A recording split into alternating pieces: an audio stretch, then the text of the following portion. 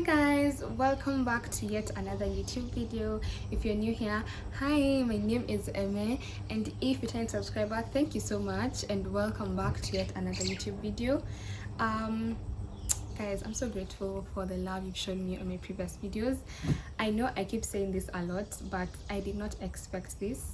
You've surpassed my expectations, and I'm really thankful for all of you who tune in, all of you who share, all of you who comment, all of you who like. You make me want to do this over and over and over again. So I'm alone today. I do not have a special guest. It's just me you're going to be seeing on this episode, and I hope you enjoy it. Today's video, honestly speaking, I don't have like a specific topic on what I'm going to be talking about. This is something I feel like I was really selfish about giving it to you. I felt like I wanted to give it to you maybe in December, specifically December 28th. I'll explain to you guys more about that day and why it is a special day in my life. And yeah, so let's get into the video. So first things first, also I realized that in my videos I haven't really had like a question tag. This is like in YouTube where people, if you are a YouTuber, you normally explain to your audience who you are as a person, what you do, so your audience can actually know who you are. I haven't had that ever, so I want to take this chance to do that and just to give you guys some insights about my life. It's going to be different because I didn't ask you to ask me the questions. These are just questions that I think you'd like me to answer as I give you an explanation of how my life has been. So it's going to be limited to last year and this year because I think that is where most I want to touch up on. So first things first, I wrote my questions on my tablet. So my name is Eme Iminza Anyula. Yeah, Eme is a French name. I pride myself in that. My mom gave me that name. So yeah, I am 23 years old. My childhood, I didn't want to touch on this, but it's one of the questions that I had put there. But I've had a very good childhood, raised in Nairobi, taken to very good schools, and I thank God that my parents were able to do that for me. It's actually one of the things that was actually making me scared to actually have a family, because I'm thinking, will I be able to live up to the standards that my parents have set for me? Like, my education has been very good. My dad made sure I studied and studied very well, so I'm thankful for that. I have finished my first degree in university. I recently graduated in June. Thank you, Jesus. It has been a prayer that he has answered, and I'm so grateful for that. I did Bachelor of Science in Spatial and Environmental Planning. So basically I am an urban planner. I do not know how to explain this more. Just go and Google, because most people say that they don't know what that course is. I mean, I understand that it's a very new course in Kenya, but it's under the School of Architecture, and we basically just do zoning and planning of urban and rural towns, so basically regional planning. Yeah, so my favorite animal is a cat. I know you guys know I have a cat called Shappy, and I love him. He's the cutest. I think he's even outside playing, but if he comes, I'll just flip. You can see him. Anyway, so now back to what this video is mainly about. Let me start on my university. Let me start on me being raised, my childhood era, just a little bit. So I'm raised in a Christian home. Back to my grandmother, my grandparents, like Christian. My grandparents got born again. My parents got born again to the point where my mom actually serves in church. She is a praise and worship leader. So basically I've grown around church. I've been in church ever since I was young. But when I was young, it was different because I'd enjoy myself. I just play around with my friends, other children whose parents are in ministry. But when I grew older, like in high school, yeah, in high school, I started dreading it a lot because my friends are gone. That time you don't want to play with your friends, you just want to chill around on your phones, taking pictures. Then your friends, they've gone to who's and whose house, and I'm just in church with my mom. So I didn't like it at all. So I started hating going to church. And then again, it was that period of time where, especially in Kenya, where there's so many pastors who are fake. So I was like, I don't want to go to church anymore. It's not cool. Yeah, so I stopped going to church. And I think that is like where my life started going downfall for me, because at that point is when I also started becoming a people pleaser, like trying to fit in with groups, especially in school. Like I wanted, because I'd go to school and then like especially on opening day, I'd go to school and people are talking about, I don't know, have you heard this song, have you watched this movie, have you done this in Canada, I don't know who and who met where. I didn't do any of that. I haven't heard that song, but I'd always come up with lies just for me to fit in and not like feel like the boring kid or the one who doesn't or who hasn't. So I began lying a lot in school. I was a chronic liar. I knew how to lie. Like I could get out of trouble easily because nimedanganya sana paka it's just in me. It's just in my system. I can do this even with my eyes closed. So now I'm people pleasing, I'm trying to fit in with my friends, and then again that time you're like 15, 16, so you're it's just teenage behavior, teenage fever. I'm just confused with life. And then our boys come in and I'm like, wow. And honestly speaking, in high school, you see the people like during music festivals or drama festivals, you'd like come back to school and then unapata sijui ma letters from who. Me, I never got even one letter, not even one. So I was like, I can't even, I'm not pretty. Why is no one sending me any letter? How come no one wants to say hi to me? Is because of those days zile times are dedix. Sasa hata shida hata even if someone puts a dedix for me, I don't know that song. Because those days for the beat and straight up. Sasa it's got to a point where like when I'm at home, I'd watch the beat chini ya maji, like mamangu asijue, mom, if you watch this, I'm so sorry, but I used to watch the beat and straight up. At I doubt if you even know what those are. But yeah, so that's how I even got like to listen to secular music, because for me it was gospel music through and through. And then so I get out of high school. I'm still a very confused child because I don't even know who I am at this point. I've changed my life for the sake of I want to also have friends. So now I'm in university. I'm still having the same mindset of you have to fit in. At least now you're in a new environment, try and get friends and look like the cool kid. So I still went there with that mindset, and I thank God I finished.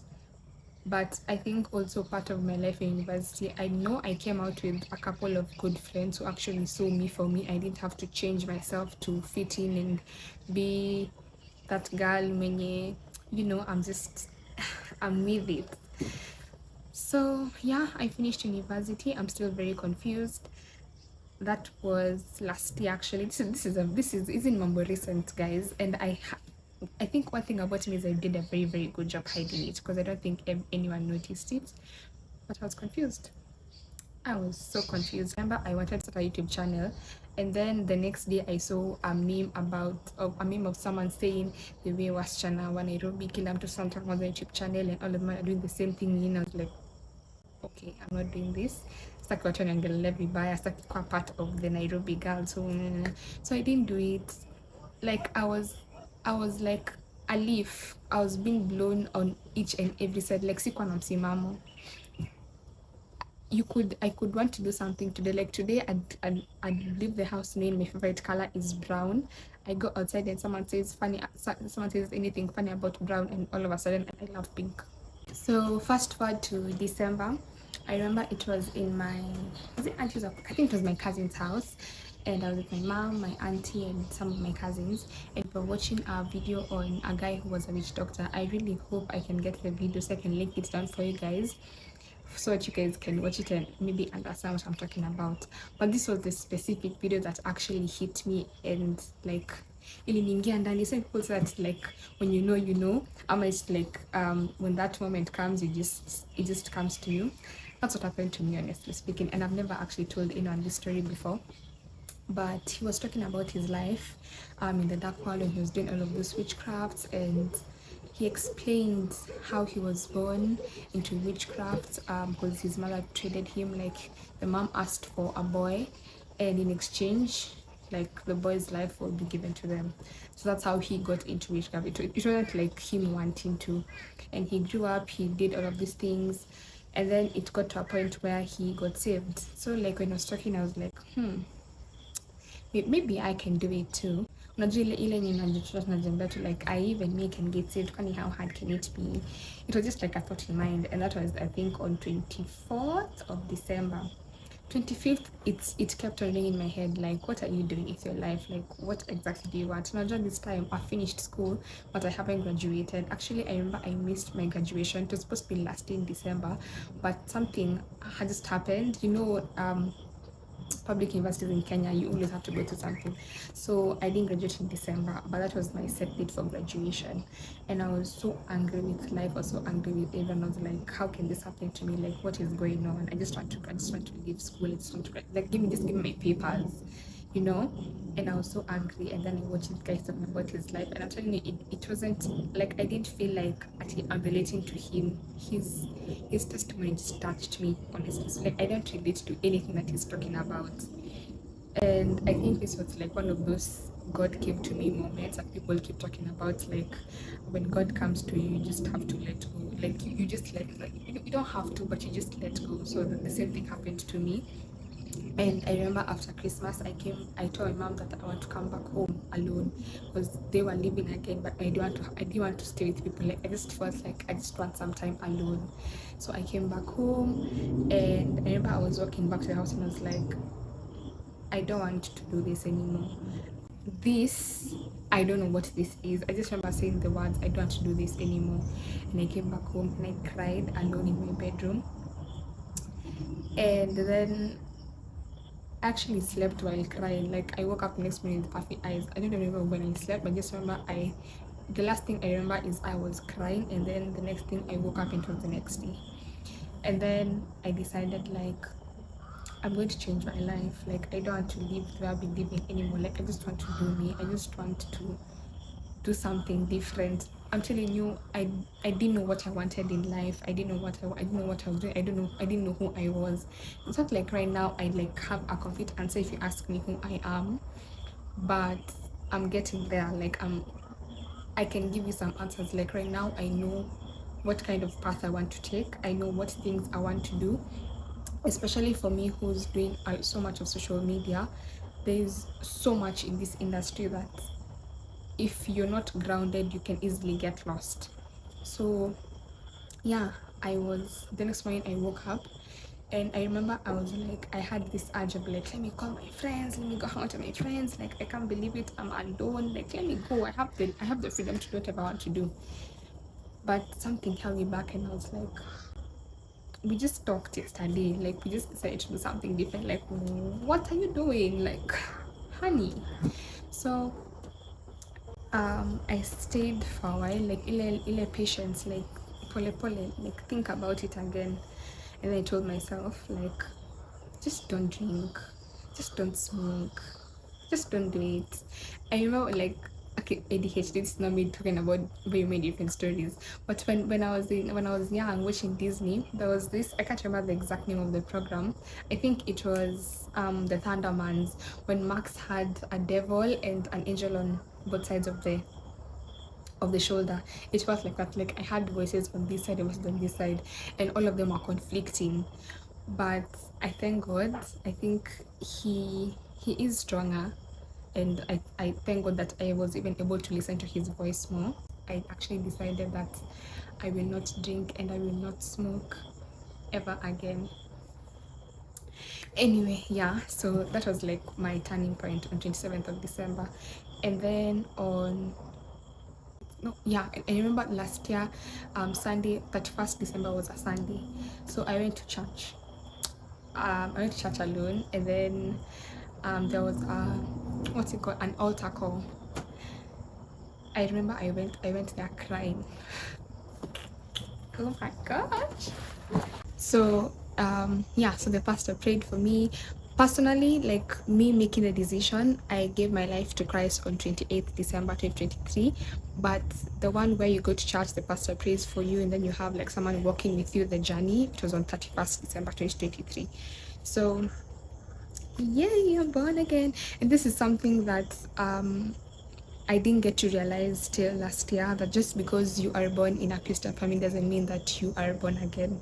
You just born in a Christian family. You actually have to make the decision yourself to be born again. Because I remember people used to, like, when I used to watch this film with my mom, people are saying that I got born again in 2017. I'm like, 2017? But your dad is a pastor. I was like, I was born again when I was born. Like, you know, like I didn't get the difference between dedication, baptism, and giving your life to Christ. So yeah, so that's me. Yeah, so it's been a very good day. It's been a good journey.